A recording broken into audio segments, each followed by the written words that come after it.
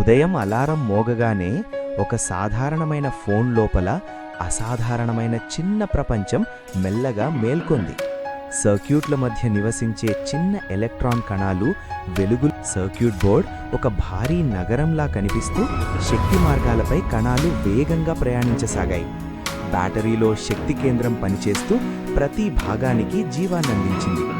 Processor రాజ్యంలో data సైనికులు అద్భుత వేగంతో సమాచారాన్ని తీసుకెడుతూ ఫోన్ను తెలివిగా పనిచేయించాయి.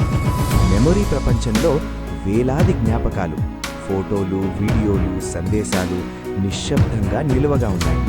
కెమెరా కంటిలోకి కాంతి ప్రవేశించి బయట ప్రపంచాన్ని అందమైన చిత్రాలుగా మార్చింది. స్పీకర్లో సంగీత తరంగాలు నాట్యం చేస్తూ ఆనందాన్ని పంచాయి. అంతలో నెట్వర్క్ సిగ్నల్ కణాలు యాంటెన్నా ద్వారా బయట ప్రపంచంతో ఫోన్ను కలిపాయి. కాని కొంతసేపటికి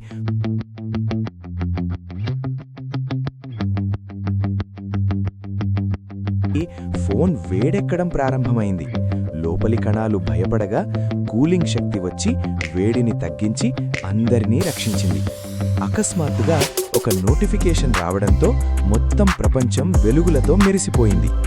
గేమ్ ప్రారంభమవ్వగానే డేటా కణాలు యుద్ధంలా వేగంగా పనిచేశాయి. కానీ బ్యాటరీ శక్తి తగ్గడంతో అందరూ అలసిపోయారు. అదే సమయంలో ఛార్జర్ కలవగానే కొత్త శక్తి ప్రవహించి ప్రపంచం మళ్లీ ఉత్సాహంతో నిండిపోయింది. చివరకు రాత్రి సమయం రాగానే ఫోన్ స్లీప్ మోడ్లోకి వెళ్ళి చిన్న కణాల ప్రపంచం ప్రశాంతంగా విశ్రాంతి తీసుకుంది. బయటకు సాధారణ ఫోన్లా కనిపించినా లోపల మాత్రం ఎప్పుడూ జీవంతో నిండిన ఒక అద్భుత ప్రపంచం కొనసాగుతూనే ఉంది.